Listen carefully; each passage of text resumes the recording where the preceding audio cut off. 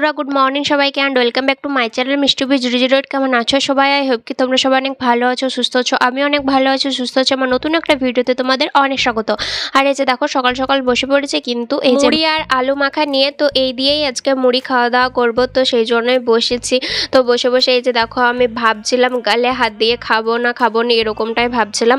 তো যাই হোক, মুড়ি খাওয়া দাওয়া করার পর আমি কিন্তু বসে পড়েছিলাম এই যে দেখো সবজি কাটতে বলতে আমাদের ঘরে এখন প্রায় একটা তরকারি কমন হয়ে গেছে, সেটা হচ্ছে আলু পোস্ত। এই বড়বাবু যতদিন আছে ততদিন এই 2 মাস যে কি করে আলু পোস্ত খেতে হয় তা আমরা ভালোভাবেই জেনে গেছি। এত পরিমাণ আলু পোস্ত খেয়েছি যে কল্পনাও করা যাবে না, এত আলু পোস্ত খেয়েছি। তো যাই হোক, আলু পোস্ত খেয়ে তো আমার তো আর ভালোই লাগছিল না। আমার মনে হচ্ছে না যেন অন্য কিছু তরকারি হলে ভালো হয়। আর বড়বাবু তো আর মাত্র কটা দিন আছে, তো সেই জন্য বড়বাবুর জন্য স্পেশালি এই যে দেখো আলু পোস্ত কাটার জন্য বসেছি। আমাদের তো মুখে একদমই রুচাই না, করবো বলো, একটু আদ্র তো খেতেই হবে। ওই জন্য হচ্ছে কম করে কাটি, আর ওই হচ্ছে বেশি পরিমাণ খাই।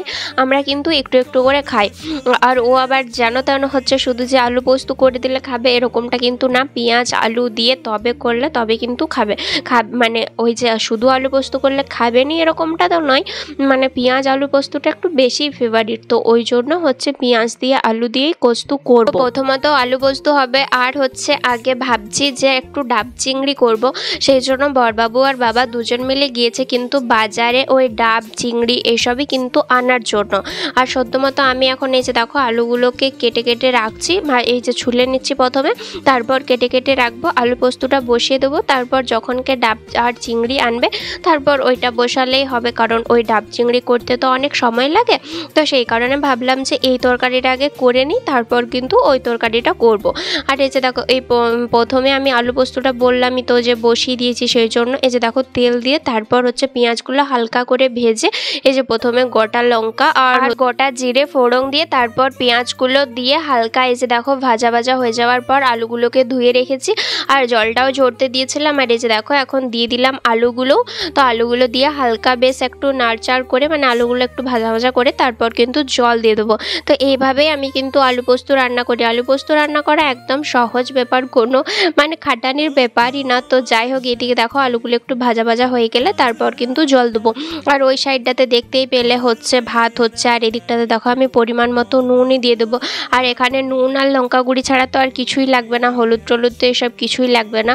তো যাই হোক, এদিকে দেখো আমি নুনটা দিয়ে ভালোভাবে লাড়চাড় করে নুনটা দেওয়ার পর আলু থেকে তো একটু পরিমাণ জল বেরোয়, তো সেই জলটা মরে গেলে তারপর কিন্তু জল দিয়ে দেবো আমি আলাদা এক্সট্রা করে। আর ওরা যে বাজারে গিয়েছে এখনো অবধি এসে পৌঁছায়নি, 11টা বাজতে চললো, এখনো অবধি এসে পৌঁছায়নি, কারণ গেছে বেলা করে 10টার সময়তে গেছে।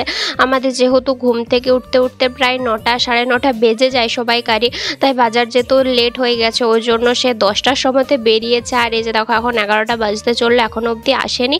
আর বলতে বলতে এই যে দেখো এন্ট্রি নিয়েছে। তো যাই হোক, ওইদিকে দেখো দুজনাই চলে এসছে, আর এইদিকে হচ্ছে বাবাও নেমে পড়লো। তারপর ওইদিকে ব্যাগে হচ্ছে আছে জিনিসপত্রগুলো, তো সেগুলো নিয়ে তারপর হচ্ছে আসবে দুজন মিলেতে। আর এই যে দেখো আমি বেরোনো মাত্র কুকুরটাও বেরিয়ে গেল ওদেরকে ওয়েলকাম করার জন্য। দেখি বড়বাবু হচ্ছে বাবাকে নামিয়ে দিয়ে নিজে আবার কোথায় চলে গেল, ওর বন্ধুরা ডাকছে নাকি সব বলে চলে গেল। তো যাই হোক, এদিকে দেখো কি কি এনেছে বাবা। এই যে ডাব এনেছে, তো ডাবটা দেখে আমার একটুকুনো পছন্দ হয়নি, কারণ ডাবটা অনেক ছোট ছিল।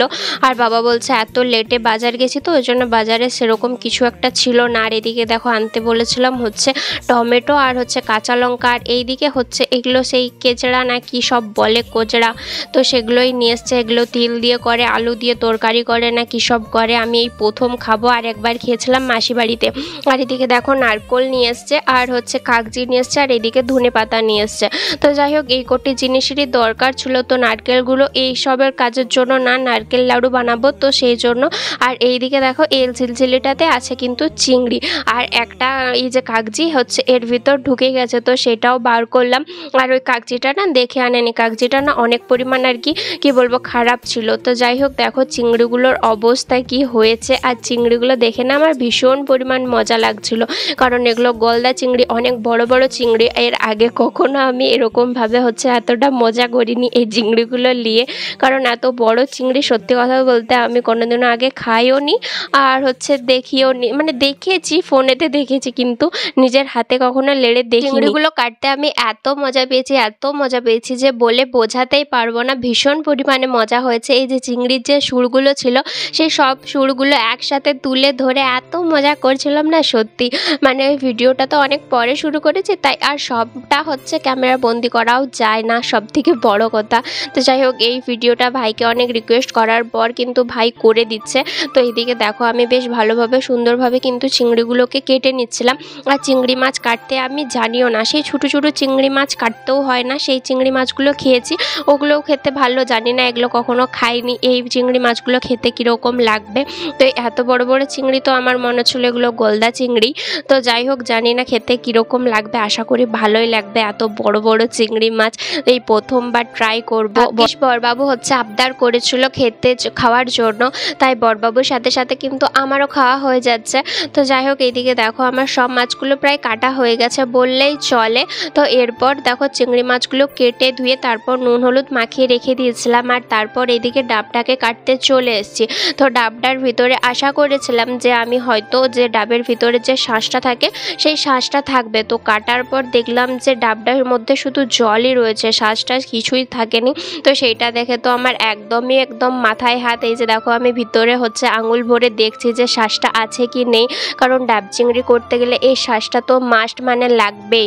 তো সেই কারণে দেখে প্রচুর পরিমাণে মনটা খারাপ হয়ে গেল যে না, এটা না থাকলে আমি কিভাবে ডাব চিংড়িটা বানাবো। আর জাস্ট এইটুকু বেরিয়েছে, এইটুকু দিয়ে তো আর ডাব চিংড়ি হয় না।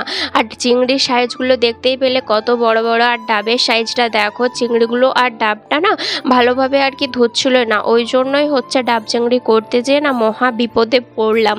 কোনো জিনিস করতে গেলে নিজের পছন্দ মতো জিনিস না থাকলে না প্রচুর খারাপ লাগে সত্যি বলছি। আর এদিকে দেখো যেহেতু ওই ডাবের থেকে শ্বাস বেরোলো না, ওই জন্য ভাবলাম যে একটা নারকোল হচ্ছে এই যে দেখো ফাটিয়ে নিই, তারপর হচ্ছে এই নারকোল হাফটা কি কুড়ে দেবো, মানে কুড়া নারকেল পেস্ট করে নেবো, তাহলে যদি টেস্ট আসে ওই রকম। জানি হয়তো ওই ডাবের শ্বাসটার মতো টেস্ট আসবে না, তো নারকেল দিয়ে দেখাই যাক আর কি কীরকম হয়। সেই জন্য ভাইকে বললাম যে ভাই একটা নারকোল হচ্ছে তুমি ফাটিয়ে দাও, 4টা রয়েছে তো একটা নারকোল ফাটিয়ে দাও, তো সেইখান থেকে আমি কতকটা পরিমাণ নারকোল দেবো। তো ভাই আমার কথা মতো কিন্তু নারকোল ফাটিয়ে দিয়েছিল, আর আমি কিন্তু নারকোলটা কতকটা পরিমাণ কুড়ে নিয়েছিলাম।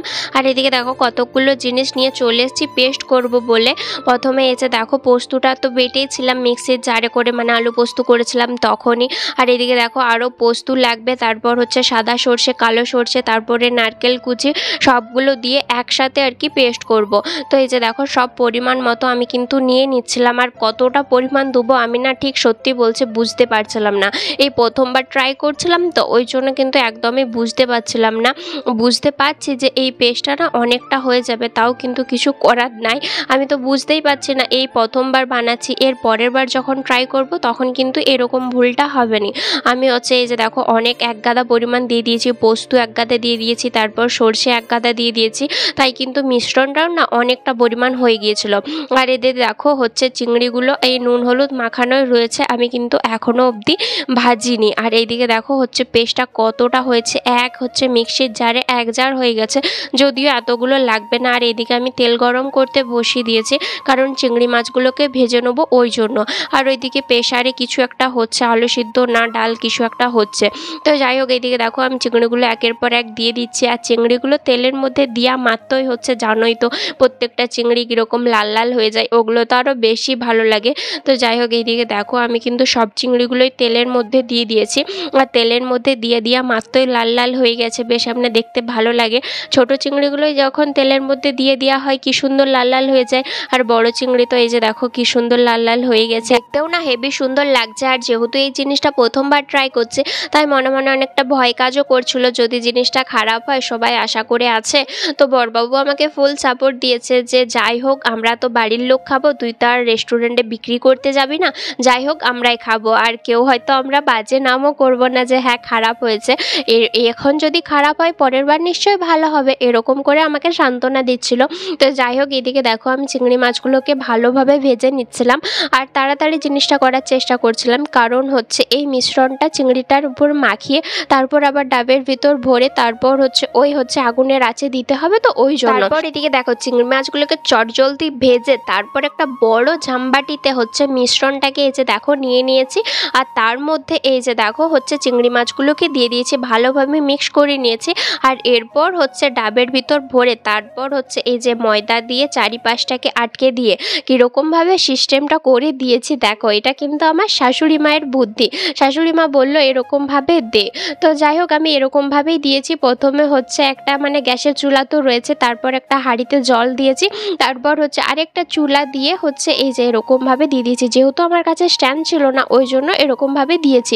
তো লাস্ট অবধি কিন্তু এরকমভাবে হয়নি, আমাকে আগুনের মধ্যে পোড়াতে হয়েছে ডাবটা, তারপর কিন্তু লাস্ট হয়েছে। আর এই যে দেখো এখন কিন্তু আমরা খেতে বসে পড়েছি। তো সঙ্গে কত কি তরকারি ছিল তোমরা দেখে নাও। এই যে দেখো কত কিছু ছিল। তারপর আর কি খেয়ে দিয়ে দিয়েছিলাম লম্বা একটা ঘুম। আর ঘুম থেকে উঠে গেলে না প্রত্যেক দিনই না আমার প্রচুর পরিমাণে খিদে পায়। সেই জন্য হচ্ছে একটা চাউমিন প্যাকেট ছিল, সেই অনলাইন থেকে নিয়েছিলাম। তো সেই চাউমিন প্যাকেটটাই ভাবলাম যে আজকে করি। তো সেই জন্য চাউমিন জল গরম করে আমি কিন্তু চাউমিনটা সিদ্ধ করতে বসিয়ে দিয়েছি। আর এরপর কিন্তু আমি চাউমিনটাকে বানিয়ে নেব। আর হ্যাঁ, তোমাদেরকে তো বলাই হলো না যে আমি ডাব চিংড়িটা করেছিলাম কীরকম খেতে হয়েছিল। আর সত্যি বলছি অসাধারণ টেস্ট হয়েছিল, অসাধারণ যে ভোলাই যাবে না, এত টেস্ট হয়েছিল। প্রথমবার বানিয়েও যে এত সুন্দর খেয়েছি সত্যি বলছি, আর সবাই খুব ভালো বলেছে। তো যাই হোক এই দিকটাতে দেখো হচ্ছে ওই প্যাকেটটা দেখালাম, ওই প্যাকেটটাই কিন্তু অনলাইন থেকে নিয়েছিলাম। হচ্ছে চাউমিন তো দোকান থেকে এনে খাই, সেগুলো আলাদা। আর একবার ভাবলাম যে অনলাইন থেকে নিয়েও দেখি এগুলো কীরকম খেতে লাগে। তো মানে এইটুকু একটা প্যাকেট ছিল তো ফুল প্যাকেটটাই কিন্তু করে দিয়েছি। তো যাই হোক চাউমিনটা দেখলাম যে সিদ্ধ হয়েই এসছে, ওই জন্য এসে দেখো চাউমিনটা সিদ্ধ হয়ে গেছে বলে আমি হচ্ছে ঠান্ডা জলে দিয়ে দিচ্ছি। মানে প্রথমে হচ্ছে একটা হচ্ছে সেই ছেঁদা জামবাটিগুলো সেই জামবাটিতে দিয়ে তারপর ঠান্ডা জল দিয়ে দিচ্ছি, কারণ ঠান্ডা জলে ধুয়ে নিলে ভালো চাউমিনটা সরসরে হয় সেই জন্য। তারপর চাউমিনটা ধুয়ে তারপর এইদিকে দেখো আমি হচ্ছে কড়াইটাকেও ভালোভাবে ধুয়ে দিচ্ছি। কড়াইটাকে ভালোভাবে না ধুলে হচ্ছে লেগে যায় ওই জন্য। আর আজকে ভাবলাম চাউমিনটা একটু আলু দিয়ে হচ্ছে বানাবো। আর সেরকম কিছু সবজি থাকেনি, ওই ক্যাপসিকাম গাজর এসব কিছুই থাকেনি বলে শুধু ভাবলাম যে আলু দিয়ে বানাবো। ছোটোবেলায় যখন স্কুল যেতাম তখন কিন্তু মা চাউমিন এরকমভাবে আলু দিয়ে করে দিত, খেতে কিন্তু অনেক টেস্টি লাগতো। এখন আর এরকম তো অনেক মিস করি, সত্যি বলছি অনেক মিস করি। সেই ছোটোবেলার দিনগুলো সত্যি হয়তো আর ফিরে পাওয়া যাবে না। আর এদিকটাতে দেখো চাউমিনটাকে জল ঝরিয়ে রাখতে দিয়েছি, আর এদিকে পেঁয়াজ কেটে রেখেছি, আর এদিকে কাঁচা লঙ্কা কেটে রেখেছি, আর এদিকে ডিম ভেজে রেখেছি। তো একদম বানিয়ে পর দেখাচ্ছে যে কীরকম হয়েছে। আর খেতে অসাধারণ হয়েছিল। আজকে সকাল থেকে যাই বানিয়েছি তাই কিন্তু খেতে খুব সুন্দর হয়েছিল। তো চলো বন্ধুরা আজকের মতো ভিডিওটা এই পর্যন্ত, দেখা হচ্ছে পরের ভিডিওতে। টাটা সবাইকে, ভালো থেকো, সুস্থ থেকো সবাই।